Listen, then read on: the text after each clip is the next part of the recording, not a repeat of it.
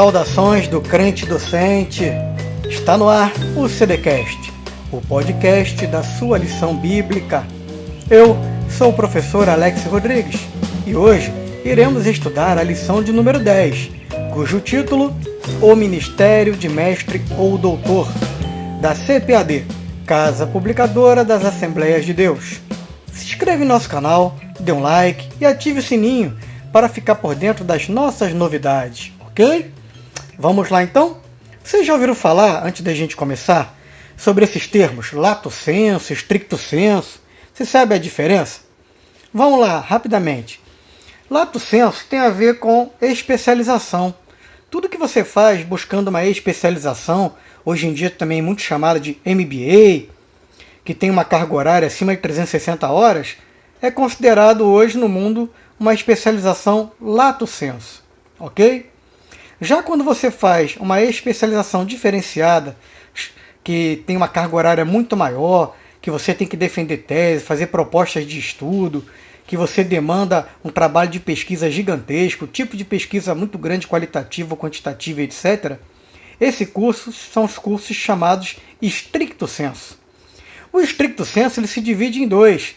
Temos o stricto sensu mestrado e o stricto sensu doutorado, ou seja, o stricto sensu que forma mestres e o stricto sensu que forma doutores. Isso é como a sociedade contemporânea trabalha, como ela privilegia quem faz esses tipos de especializações, diplomando ao final do curso. Porém, na antiguidade, bem sabemos que não era assim. Vamos contar um pouquinho por que eram chamados de mestres, doutores, por que Jesus era chamado de mestre, e se tem alguma relação com o tipo do mestrado e doutorado dos dias atuais. Tá bom? Vamos lá. Antes da gente começar, não importa se você faz lato sensu, stricto sensu, mestrado, doutorado. O importante é que, como lá diz em Romanos 12, né, principalmente ali no 7, parte B, sabemos que se o dom é um dom para ensinar, tem que haver a dedicação ao ensino. Isso é o mais importante para a gente começar. Que nós vamos ver personagens que se dedicaram de corpo e alma praticamente toda a sua vida ao ensino. Então, se tendo diferentes dons, segundo a graça que é dada por Deus, né, que nos é dada, se o dom for de ensinar, tem que haver a dedicação ao ensino. Senão, queridos, não adianta nada hoje você ter uma graduação, ter uma pós-graduação lato sensu, ou ter uma pós-graduação stricto sensu para mestre, doutorado, ou até para pós-doutorado. Tem que ter, então, primordialmente, a dedicação. Bem, o autor foi muito feliz em escolher o autor da Casa Publicadora, da CPAD, este tema, que já no início da introdução ele já fala, né, sobre o Ministério do Ensino, que é primordial para que a igreja possa exercer o discernimento. Isso é muito importante mesmo. O discernimento é uma das coisas mais difíceis que tem hoje de lidar dentro da igreja.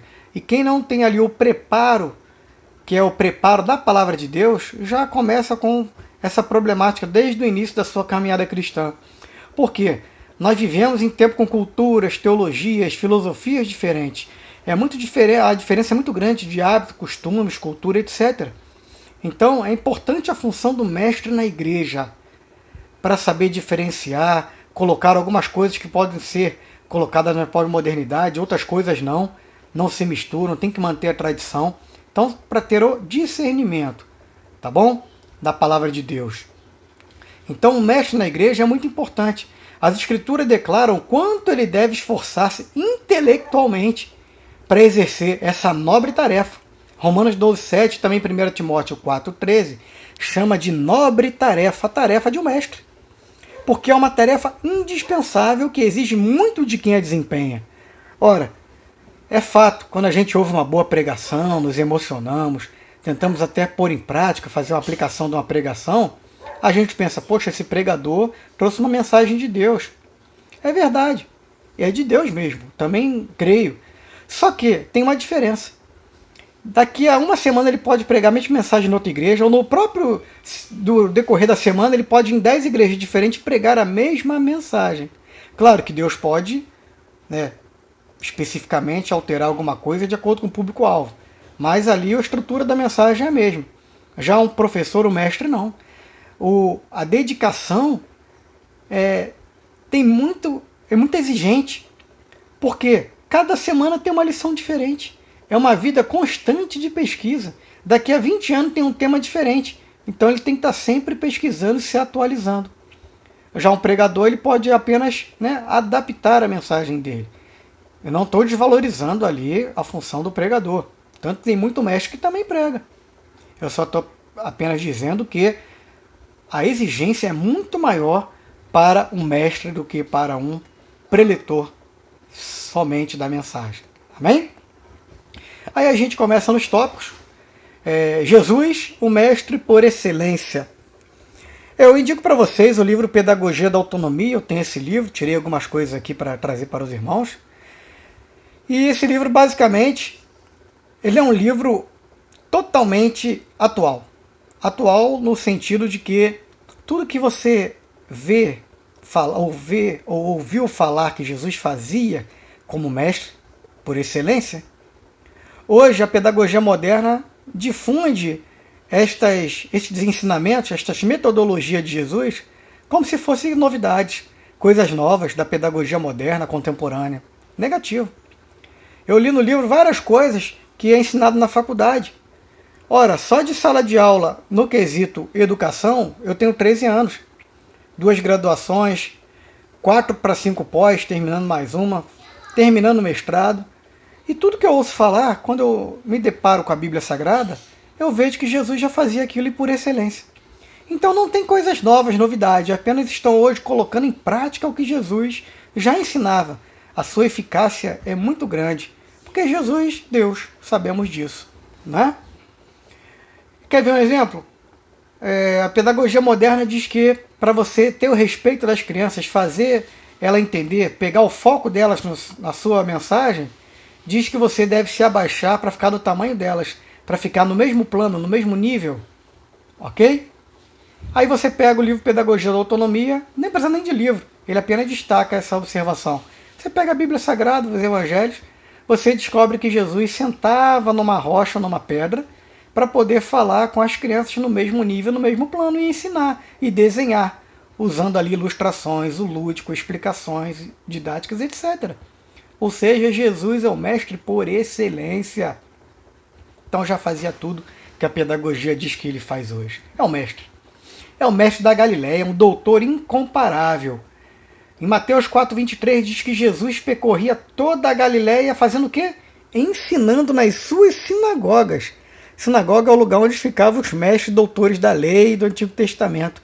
E Jesus percorria fazendo, ensinando a palavra de Deus.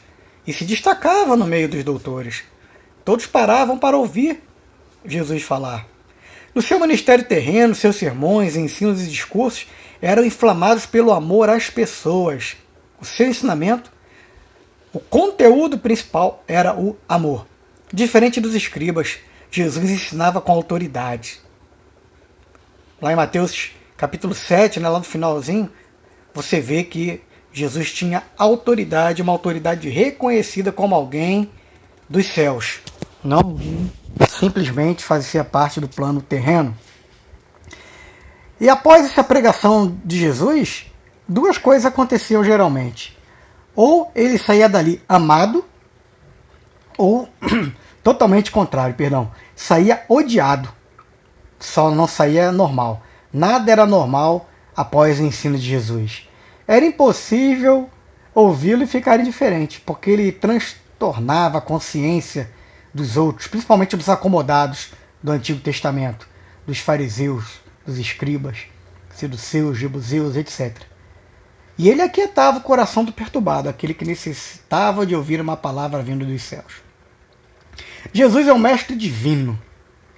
Em visita a Jesus, um mestre da lei chamado Nicodemos, todos conhecemos essa história, né? Foi educado nas melhores escolas religiosas de Israel, grande conhecedor, não é isso? Das escrituras hebraicas.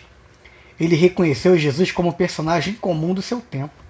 Está lá em João capítulo 3, no início do capítulo. Esse mesmo fariseu era príncipe dos judeus, afirmou que o Nazareno não podia fazer o que ele fazia se Deus não fosse com ele. E ele foi chamado de mestre. Quer ver só no Novo Testamento? pelo menos 45 vezes. Chamaram de mestre, mestre, mestre, mestre. E Jesus é o nosso mestre. Glória a Deus. Jesus, além de ser o mestre divino, ele era o mestre da humildade. Olha só como é que contrapõe, né? Por isso que tinha dificuldade de alguém entender Jesus. Ele era o mestre divino, Deus, mas também era o mestre humilde. Ele não apenas ensinava a teoria, ele as praticava. A fim de ensinar o discípulo, nós conhecemos muito bem essa passagem. Certa feita, né, na ceia, ele se levantou, tirou algumas partes das vestes, pegou uma toalha, cingiu, colocou água na bacia e o que ele fez, gente? Nós sabemos. Começou a lavar os pés dos discípulos e enxugar depois com a toalha que estava cingida. A gente encontra isso aí lá em João 13, né, versículo 4 e 5.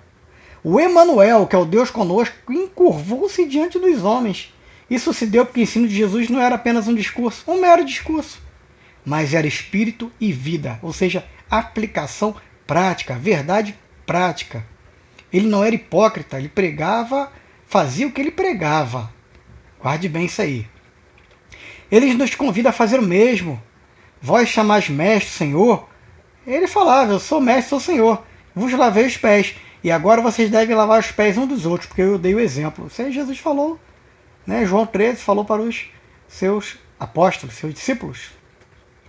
Bem, o segundo tópico fala sobre o ensino das Escrituras na igreja do primeiro século. No primeiro século tinha uma ordem de Jesus. Ordem de Jesus. Antes de ascender os céus, claro, de modo solene, né? Ele determinou o quê? A ordem dele. Que os discípulos ensinassem todas as nações a guardar todas as coisas. Mateus 28. O livro de Atos registra a obediência dos primeiros apóstolos. Eles obedeceram. Ficaram lá, né, em Jerusalém até que o Consolador chegasse, o Espírito Santo, lá em Atos capítulo 2. E a partir daí Jesus dotou, né, o Espírito Santo dotou os seus apóstolos e seus servos com alguns dons, inclusive de mestre doutor, para sair, para ensinar e para pregar. Eles estavam em oração, em jejum, em comunhão, e isso, estudando a palavra, orando, isso os ajudou a ganhar ali, né, ser alçados, chamados de mestre ou doutor, o dom da capacitação sobrenatural. Isso não significa que devemos descuidar da nossa formação intelectual. Daqui a pouco nós vamos falar sobre isso. Aguarde. Aí tem ali o segundo tópico do capítulo 2, que é a doutrina dos apóstolos. Continuando ali, nós falamos em Atos capítulo 2. Agora já no versículo 42. Informa-nos que os primeiros convertidos perseveraram na doutrina dos apóstolos, na comunhão, no partir do pão e nas orações. Isso, além disso, né, acrescenta que cada alma havia temor. E aí acontecia o quê? Maravilhas e sinais que eram feitos pelos apóstolos.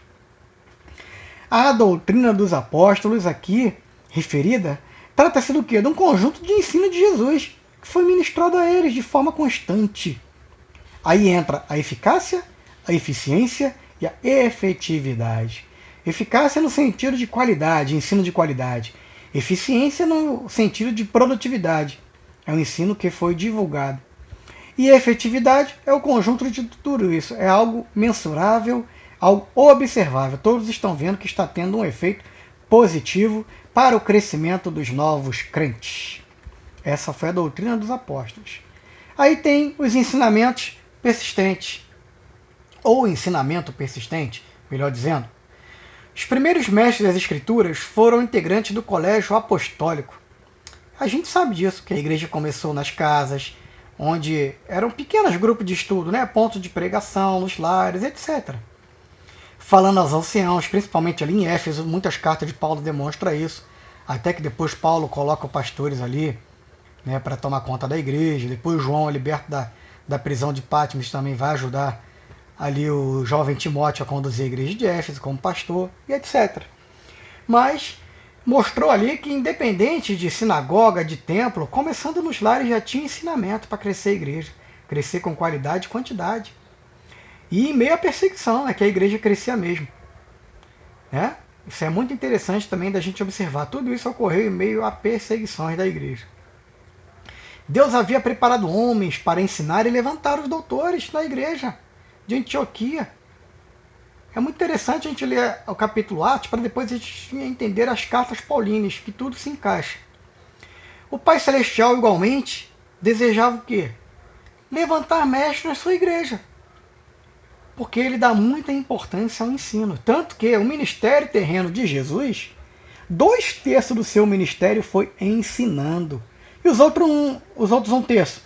Fazer comendo, bebendo, conversando com a galera, pregando o evangelho, curando, etc. Mas é importante frisar que 2/3, ou seja, a grande maioria de Jesus foi ensinando. Por isso que ele preza muito em levantar mestres na sua igreja. Vamos para o tópico 3, que é a importância do dom ministerial de mestre. É importante demais, gente. É uma necessidade urgente da igreja, como diz o autor. Para o ministério de ensino ser eficaz na igreja local, é preciso haver pessoas vocacionadas. Tem que ter o dom, tem que ter a chamada, tem que ter a vocação. Não são todas as pessoas que reúnem informações exegéticas, histórias, literais da Bíblia, ou literárias, né? Aplicando-as como é necessário. Por isso Deus concedeu às suas igrejas os mestres. E é preciso que a igreja também invista nos mestres, especializando, aperfeiçoando, capacitando, investindo ali naquela formação ministerial. Muitas vezes, por falta de preparo de obreiros, predomina a superficialidade bíblica. É horrível quando a gente vai para uma escola dominical. Claro, a gente não quer saber quem vai pregar, a gente quer ouvir Deus falar. Mas chega ali e tem uma pessoa despreparada, uma pessoa que não tem a capacidade para exercer aquele ministério, uma pessoa que foi chamada às pressas, ou um tapa-buraco, ou alguém que está insistindo, mas não tem jeito. O pastor está dando várias chances, mas aquela pessoa não tem a chamada para mestre. Isso pode acontecer, gente.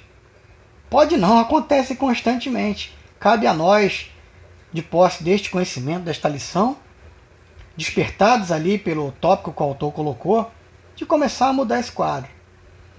Esse dom que o Senhor deu para a igreja foi para amadurecer todas as dimensões da vida cristã. Aí entra o segundo subtópico, a responsabilidade de um discipulado contínuo. Muitas pessoas estão acostumadas a fazer o seguinte: vou para o discipulado, aceitei Jesus, ok. Aí ele é batizado logo no início, ou com 1 mês, 2 meses, e abandona o discipulado, ou seja, ele queima etapas. Ele está sendo mal formado. Quando ele chegar na classe única ou uma classe mais avançada, ele vai estar perdido aqui no meio. Aí vai ser desestimulado e vai começar a sair da EBD ou sair até da igreja.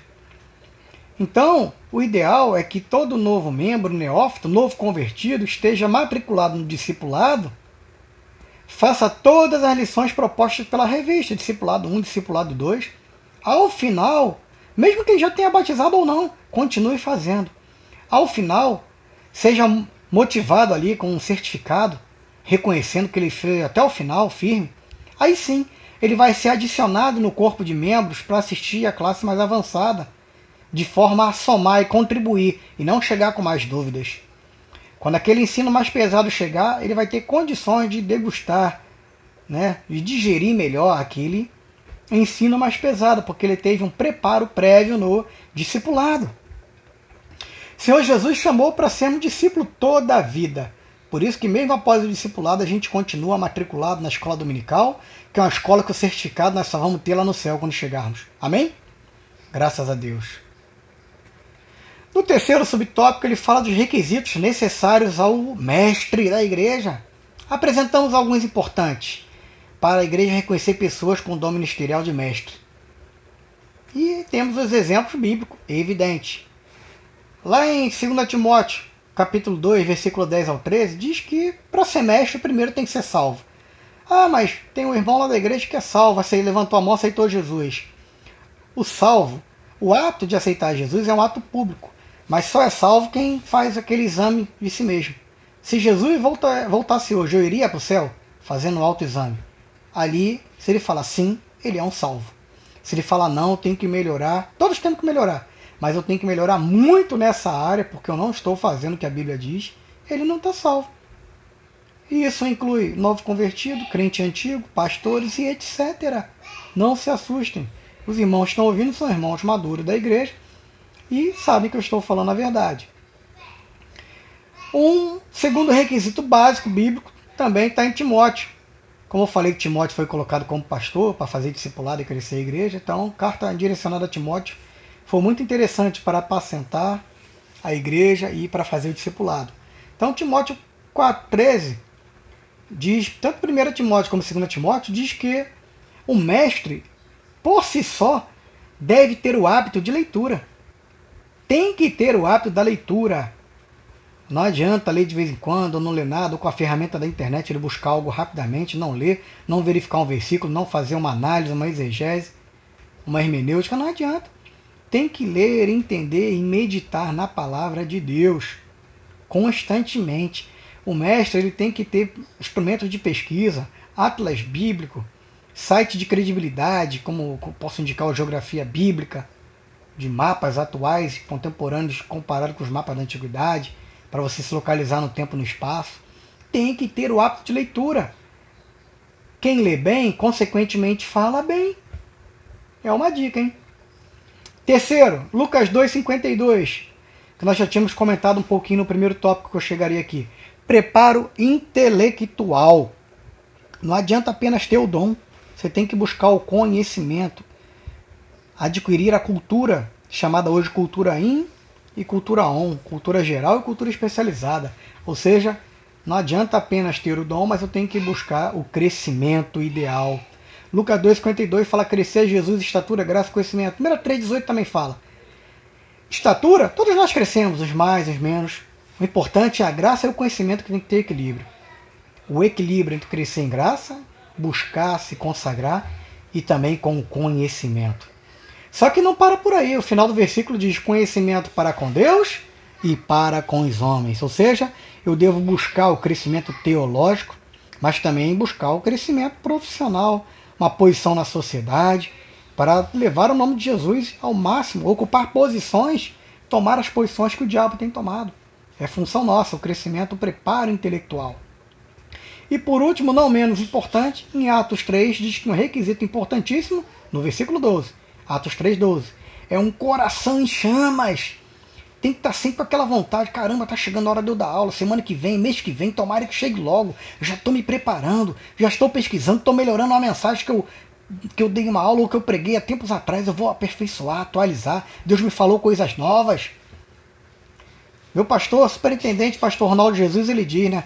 Ele tem mensagens várias aí, várias aulas, ele é fácil dele adaptar, mas ele diz assim, Deus falou comigo, eu tenho que dar, né? Tem que dar alimento novo, capim novo, né, pro gado, para as ovelhas. Tem que estar sempre renovando, nada de coisa velha, coisa passada, antiga. Não, vamos sempre melhorar. Deus sempre fala coisas novas nos nossos corações. E vamos passar para nossos alunos o que temos de melhor. Ok? Bem, chegando, gente, vamos fazendo uma pequena conclusão. Nossas considerações finais, né? Porque é preciso desfazer a ideia da propaganda que ao longo de décadas tem se perpetuado, principalmente no nosso meio de assembleano, que é de que o preparo intelectual do crente vai esfriar a fé dele. Vai estudar que a letra mata, né? Não, gente, tem que saber interpretar aquilo ali. É como eu falei, se a pessoa é o equilíbrio, se buscar somente conhecimento e esquecer a graça, a letra mata. Mas quando você busca graça e conhecimento, igual Jesus, que é o nosso exemplo, e Paulo imitou Jesus, ou seja, você está valorizando as duas coisas igualmente. Então ali você vai crescer, ter um crescimento perfeito, que é o crescimento de Jesus. E crescer é Jesus. Está lá em Lucas 2,52. Foi assim que, se fosse assim, gente, Paulo seria o mais frio dos apóstolos, pois ele era o que mais estudava. Lembra da passagem que ele pede para pegar capa aos livros e principalmente os pergaminhos que estavam em Troade? Não parava de estudar, nem preso, achando que já estava perto da sua morte. Tinha terminado seu ministério e ainda estava estudando. Imagina como ele se preparou. No entanto, ele soube conjugar, né? Ou seja, equilibrar o preparo intelectual e o poder divino, o poder do alto, a capacitação ministerial que Deus deu para mestres e doutores. É disso que nossas igrejas precisam, meu povo. Homens cheios do Espírito, mas do mesmo modo com a mente iluminada para responder, com mansidão, temor, a razão da nossa esperança. Vai lá em 1 Pedro 3,15 que você vê isso que eu acabei de falar. Ok? Chegamos então, né, ao nosso final. Obrigado a você que esteve conosco. Não deixe de seguir o Crente Docente no Instagram, Facebook, YouTube, as nossas páginas sociais. Até a próxima lição, querendo Deus.